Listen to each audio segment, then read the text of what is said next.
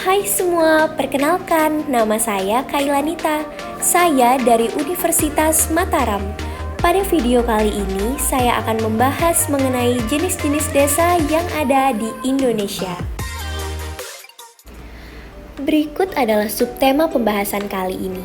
Tidak hanya menyajikan tentang jenis desa, namun juga memaparkan tentang pengertian desa, di mana desa merupakan wilayah yang terbentuk dari beberapa perkampungan dengan kepala desa sebagai pemimpinnya.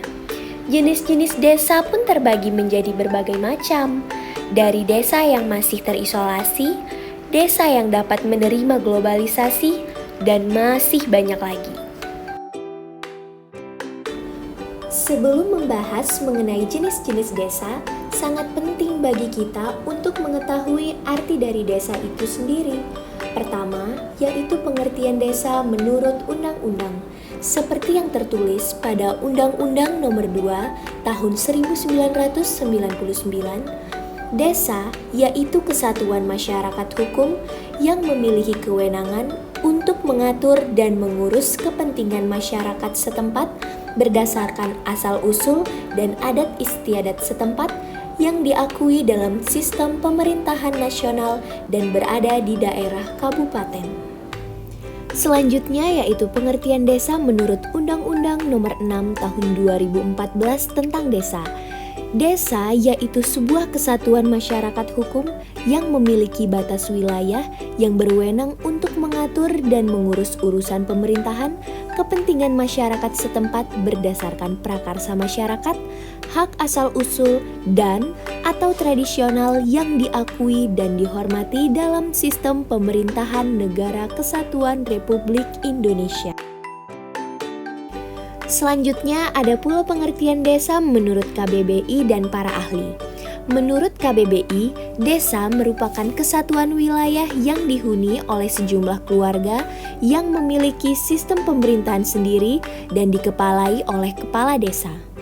Sementara menurut ahli Sutarjo Kartodikusumo, desa adalah suatu kesatuan hukum di mana menjadi tempat tinggal suatu masyarakat yang berkuasa mengadakan pemerintahan sendiri. Dan menurut ahli Saniyanti Nurmuharimah, desa merupakan wilayah yang dihuni oleh masyarakat yang memiliki sistem pemerintahan sendiri. Setelah membahas mengenai pengertian, kita akan masuk pada pembahasan inti yaitu jenis-jenis desa. Jenis desa yang akan saya jelaskan yaitu terbagi menjadi 5 bagian. Yang pertama yaitu luas wilayah, yang kedua kepadatan penduduk, yang ketiga karakteristik desa, yang keempat aktivitas penduduk, dan yang terakhir yaitu ikatan masyarakat.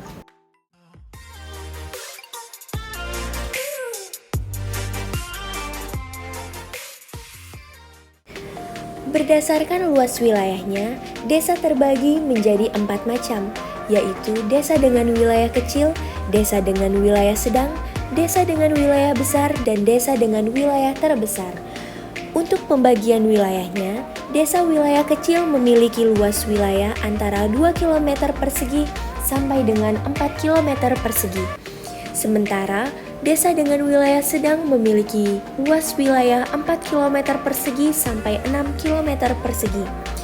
Desa dengan wilayah besar memiliki luas wilayah 6 km persegi sampai dengan 8 km persegi. Dan yang terakhir yaitu desa dengan luas wilayah terbesar memiliki luas wilayah 8 km persegi sampai dengan 10 km persegi.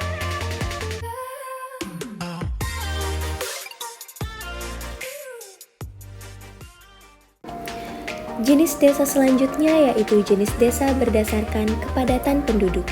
Desa yang terbagi menurut kepadatan penduduknya terbagi menjadi 4 macam, antara lain penduduk dengan kepadatan terbanyak yaitu yang memiliki 3.000 sampai 4.500 jiwa per kilometer persegi. Selanjutnya, kepadatan penduduk yang termasuk banyak yaitu yang memiliki 1.500 sampai dengan 3.000 jiwa per kilometer persegi. Desa dengan penduduk sedang yaitu yang memiliki 500 sampai dengan 1.500 jiwa per kilometer persegi.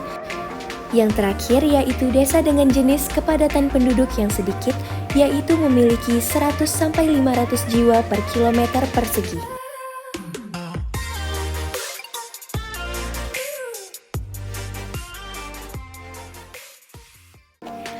Jenis desa berdasarkan karakteristiknya dibedakan menjadi 3. Yang pertama yaitu desa swadaya. Desa swadaya adalah desa di mana penduduknya masih berpegang erat pada adat istiadat dan tradisi yang ada.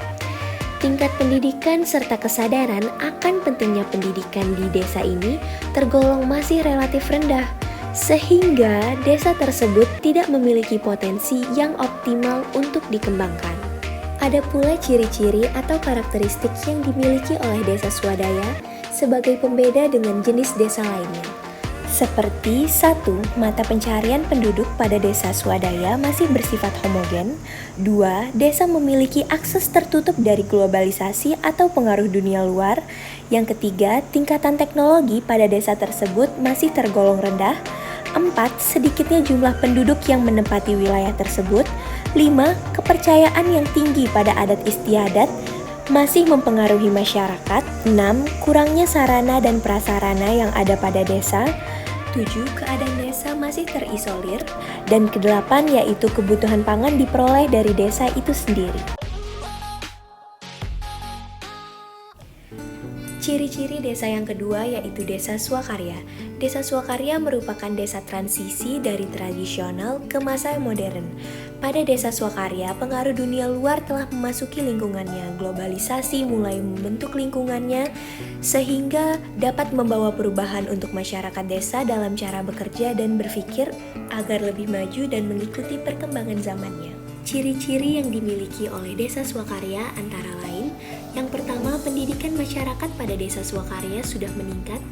Yang kedua, adanya jumlah penduduk yang semakin banyak serta terdapat penduduk dari luar desa yang mulai berdatangan. Yang ketiga, fleksibilitas terhadap kepercayaan adat istiadat. Yang keempat, peningkatan di bidang teknologi dan teknologi telah dipakai untuk kehidupan sehari-hari. Yang kelima, perekonomian yang tumbuh semakin membaik. Yang keenam, adanya sarana dan prasarana yang semakin layak untuk dipergunakan. Sebagai contoh yaitu adanya pembangunan jalan yang sudah dapat digunakan sebagai penghubung dari desa satu ke desa lainnya. Dan yang ketujuh yaitu desa mulai terbuka dan dapat menerima pengaruh dari lingkungan luar. Jenis desa berdasarkan karakteristik yang terakhir yaitu desa swasembada. Desa swasembada adalah desa yang terbilang cukup modern dibandingkan dengan desa swakarya dan desa swadaya. Pada desa swasembada di Indonesia telah banyak dijadikan sebagai tempat wisata. Contohnya yaitu Desa Pujon Kidul, Kabupaten Malang, Jawa Timur, Desa Teteh Batu, yang dimana Desa Teteh Batu merupakan salah satu desa wisata yang mewakili Indonesia dalam ajang lomba desa wisata terbaik yang diselenggarakan oleh Organisasi Pariwisata Dunia Perserikatan Bangsa-Bangsa tahun 2021. Desa swasembada memiliki ciri-ciri sebagai berikut, yaitu masyarakat pada desa swasembada memiliki kesadaran yang tinggi akan pentingnya pendidikan, memiliki kemampuan untuk mengembangkan sumber daya alam yang terdapat di desa. Pada desa swasembada memiliki pemukiman yang lebih padat daripada desa swakarya dan desa swadaya. Masyarakatnya sudah tidak terlalu lagi terikat pada adat istiadat yang ada. Biasanya desa swasembada berlokasi di ibu kota kecamatan.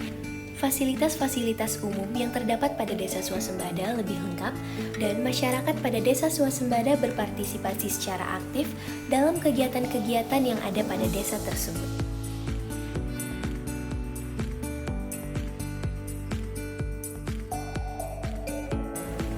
Jenis desa berdasarkan aktivitas penduduknya terbagi menjadi 3, yaitu desa agraris, desa nelayan, dan desa industri.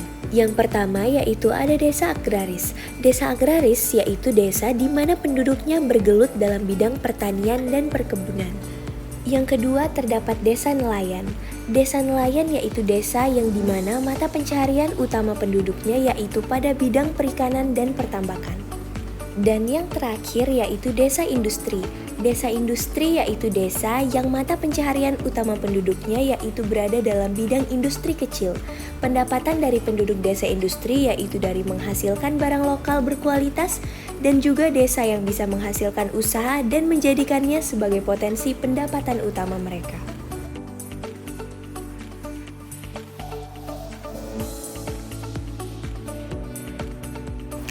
Jenis desa terakhir yang akan kita bahas yaitu jenis desa berdasarkan ikatannya. Yang pertama, terdapat desa genealogis.